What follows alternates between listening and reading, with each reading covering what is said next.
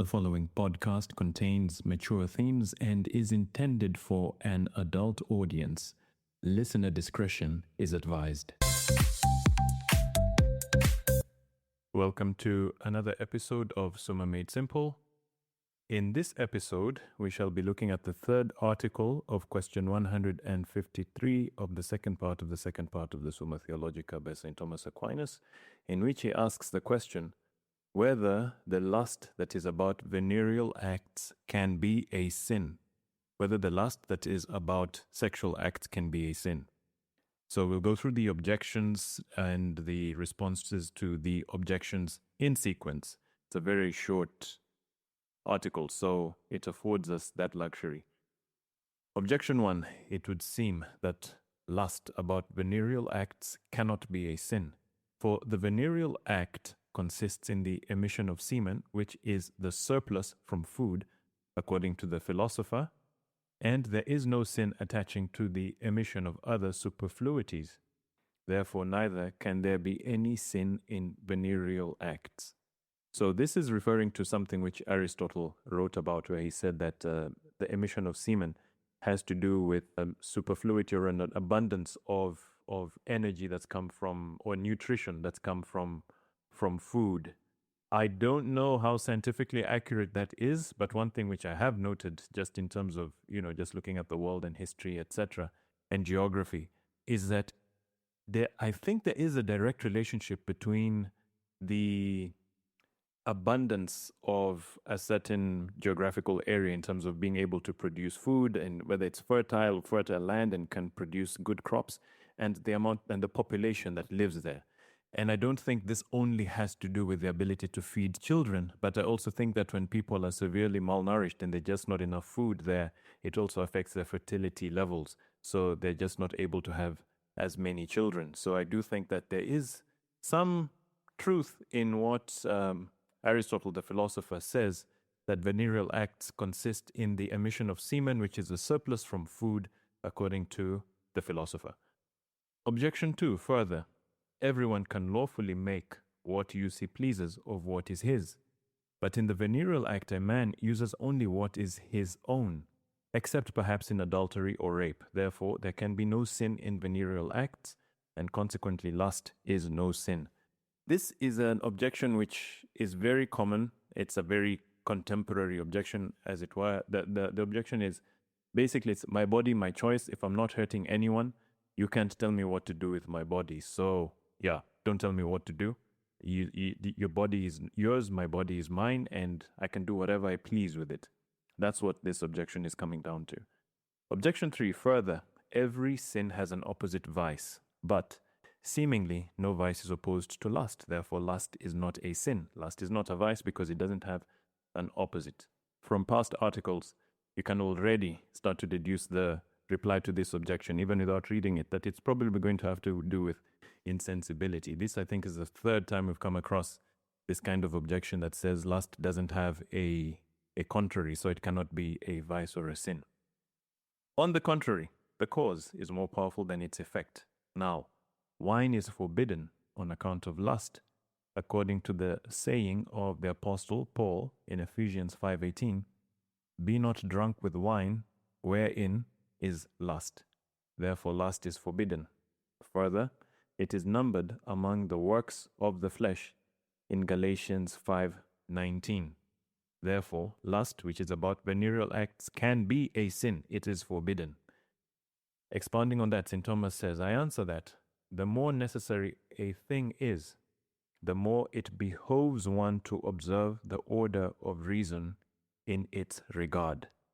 That's the gem. That's the pearl. That's the thing to remember. That's the core principle to memorize, that the more necessary a thing is, the more it behoves one to observe the order of reason in its regard. Again, that idea that there is a hierarchy.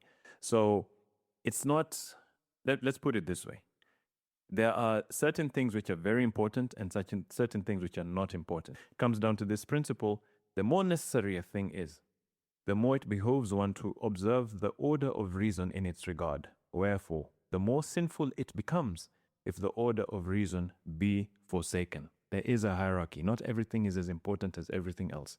Now, the use of venereal acts, as stated in the foregoing article, is most necessary for the common good, namely the preservation of the human race. So, in other words, if you were to look at, let's think of an analogy, if you were to look at all the actions which a human being can do voluntarily, and you were to perhaps equate them to an arsenal of weapons, you could say maybe eating and drinking is the equivalent of a knife. Sleep could be the equivalent in terms of its importance of, let's say, an automatic assault rifle or something. Sex is like a nuclear bomb, because sex, the reproductive act, has such a huge effect on so many people. It is such an important and necessary thing for the species of mankind, and not just in terms of it keeping itself going, but also in terms of it being full, being wholesome, being complete, being virtuous. It is so important. So you could say, oh, you're exaggerating. I mean, think of a situation where, let's say I made some woman pregnant, right? And then out of wedlock, not married to her, one night stand situation, made her pregnant. Then there's a big fallout between my family and hers, or she and I, and she says, you're not going to have anything to do with this child. This child will never know you. You're a terrible human being, etc., etc. So that child ends up growing up without a father, right? And maybe it's true that, so both sides, I'm a terrible human being. She's a terrible human being. We're both terrible human beings, and so as a result, the child grows up without a father. What is the effect on that child of growing up without a father? It's going to have an effect. Like it or not, it is going to have an effect. Now, you could say, no, maybe it's worse if they grew up with a negative influence of a father, someone who's abusive, etc., etc. The challenge is you can't quantify that. You can't say that, look, if this child grows up without a father, the damage is 2.7%. But if they grow up with an abusive father, it is 3.1%. You can't actually quantify it in that way. All you can say is, either way, because of that first act where a child was conceived outside of wedlock through the voluntary choice of these two grown-ups, you now have a situation where this child is going to grow up without a father. We don't know what the harm is. We can't quantify it, but we do know that there's going to be an effect, and a negative effect. Fast forward a few years, that child grows up. They grow up without a father. They don't know what that influence is. They don't understand. It's just absent. They don't know what they could have learned from a father figure. Then they start their own family. They're starting their own family on the back foot because they themselves don't know what they don't know, and so they cannot pass it on, and so on and so forth, generation after generation. This is why these issues to do with sex and reproduction, and it is a big deal. Everyone likes to say, why does the Catholic Church feel that they can say so much about this kind of thing? Why not just leave people to do whatever they want? I'm not hurting anyone. Well, that's the thing. You are hurting people. You are hurting people. Just because you don't see it doesn't mean you're not hurting people, and that doesn't mean you're not hurting yourself. But I guess people who use that argument are like, I'm responsible for my own self, so don't tell me whether I'm hurting myself or not. But you are hurting people eventually, further down the line, somewhere, somehow. Just because one doesn't see it doesn't mean it does not exist. And just because one doesn't experience it doesn't mean it's actually not there. Continuing, wherefore, there is the greatest necessity for observing the order of reason in this matter, so that if anything be done in this connection against the dictate of reason's ordering, it will be a sin. Why? So, because this is such an important thing that affects so many lives for so many generations, just generation after generation after generation. That's what I'm saying. It's like a nuclear bomb. It just has this exponential effect on a whole number of people. And the only way in which, in my experience, in my opinion, the way in which that negative effect stops is by the grace of God. There's no other way. Now, lust consists essentially in exceeding the order and mode of reason in the matter of venereal acts. Wherefore, without any doubt, lust is a sin. Reply to objection 1. Do you remember? The first objection said, that lust can be without sin because the venereal act consists in the emission of semen, which is a surplus from food, according to Aristotle. So, what's the reply to that objection? As the philosopher says in the same book, that semen is a surplus that is needed. For it is said to be superfluous because it is the residue from the action of the nutritive power, yet it is needed for the work of the generative power. But the other superfluities of the human body are such as not to be needed, so that it matters not how they are emitted, provided one observe the decencies of social life. It is different with the emission of semen, which should be accomplished in a manner befitting the end for which it is needed. In other words, he's saying when we eat food, food gives rise to a number of superfluities which the body needs to get rid of, whether it's through sweat, whether it's through excretion, whatever it is, the urine, whatever it is, the body gets rid of these superfluities. And all that matters with respect to those ones which are actually not needed is just common human decency. However, semen is actually needed. And so the order of reason must be applied to it, because whereas the others don't have a goal, urine, etc., they don't have a goal, and so you just get rid of it from your body. They don't serve a goal beyond that. You get rid of it. Semen has a goal. It actually has an end objective which it is trying to achieve. And therefore, because it has an end objective, reason has to come into play to direct it towards that end objective. That is what this reply to this objection is saying. It may feel a little bit archaic and a little bit irrelevant, but having said that, there is some truth to what is being said here. Reply to the second objection. You remember the second objection was, hey, my body, my choice. I can do whatever I want. Don't tell me. You're not the boss of me. Don't tell me what to do. Basically, that was the second objection.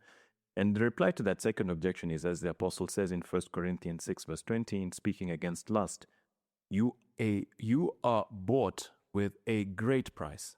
Glorify and bear God in your body. Wherefore, by inordinately using the body through lust, a man wrongs God, who is the supreme Lord of our body. Hence Augustine says, God, who thus governs his servants for their good, not for his, made this order and commandment, lest unlawful pleasures should destroy his temple, which thou hast begun to be. So this is a very theological argument. If someone doesn't believe in God, doesn't believe in a higher power, doesn't believe that they were created, thinks that they just came out of a primordial mass at the Big Bang and that was it, and there was no mind or reason or rationale behind it. It was just a wonderful coincidence of circumstances. That's the reason they exist, and that's why the reason the universe exists. They won't accept this. But if someone is able to reason a little bit beyond that, and accept the moral consequences of reasoning beyond that, which is why I firmly believe many people refuse to reason beyond that, because the consequences are kind of straightforward and logical. I think they'll realize that their body is not theirs because they didn't buy their body, they didn't find their body, and their body wasn't gifted to them by someone, because whenever you receive a gift, you tend to know who gave you that gift, right? And you tend to know the circumstance or the occasion around it. Was it your birthday? Was it your anniversary? What was it? So and those are the three means in which a person gets possession of anything. Either you find it, either you buy it, or it's either given to you as a gift. The body doesn't fall into any of those three categories. Therefore, it stands to reason that our body is not our own, and this is why, according to Christian teaching, we are going to have to render an account for it, because we have it on loan. So it doesn't belong to us. We're just caretakers of our bodies. Reply to objection 3. You remember that third objection was that every vice must have an opposite. Lust does not have an opposite. This one, by now, we should be able to answer this even without reading St. Thomas's response. But let's read the response in case you don't remember what we have said before, and that is, the opposite of lust is not found in many, since men are more inclined to pleasure. Yet, the contrary vice is comprised under insensibility, and occurs in one who has such a dislike for sexual intercourse as not to pay the marriage debt. What I liked about this point and the way he's expressed it here is that when people get married, they do incur a debt towards each other in terms of achieving the ends of marriage. It's almost like when two people enter a contract and say, listen, We are going to work together to build a house. You'll do the woodwork, I'll do the stonework, and together we shall build this house and it's going to be ours. Then the guy who said he's going to do the stonework has incurred a debt towards the other guy, and the guy who said he'll do the woodwork has incurred a debt towards the other guy. Both of them have to fulfill their role in the contract so that the end goal is achieved. Similarly, one of the ends of marriage is being fruitful, multiplying, having children, and bringing them up. So it's not just having children, full stop. It's having children and bringing them up. Bringing up children is such a difficult thing. This is why it's a team sport. It's not a solo effort. It's a team sport. It's not swimming. It's football or soccer or basketball. It's a team effort to bring up a child. It's such a difficult goal to achieve. And so if one spouse actually says to the other spouse, listen, I don't want to have children, it means it's like the woodworker and the stonework, one of them saying, listen, I don't want to build a house, after having said, I want to build a house. So it can be grounds for the annulment of marriage if one of the spouses turns around and says, I don't want to have children, because that means they got into a contract under false pretenses or not being willing to go through with achieving the goal, the end for which that contract exists. So this is why openness to life is such a vital and important element of marriage. Now, this does not mean that if two people get married at the age of 50, that if they can't have children, that their marriage is invalid. No, not at all. Not by any stretch of the imagination. Remember, a lot of these points have to do with what is the inner disposition. What does a person actually want? What do they want? When people are in their 50s, perhaps physically it's no longer possible for them to have children. So they can't have children, but they want to. That's the main thing. Do you want to? It's all about the will. Now, the matter, the physical body, as we've said in previous articles, that's secondary. The main thing when it comes to virtue and vice is the will. What does a person actually want? So even if people get married at the age of 50, 60, whatever, so long as they're open to the gift of life. Now, whether their bodies can physically pull it off or not is another question, but their will, it's all about the willingness, the openness to life. And this is this point here, that the vice, the opposite vice of lust is this vice where a person has such a dislike. So it's a willing thing. It's in their mind. Such a dislike for sexual intercourse as not to pay the marriage debt. And this is what's called the vice of insensibility. It's very rare. You don't come across it often, but it does exist. And such a person does commit a sin.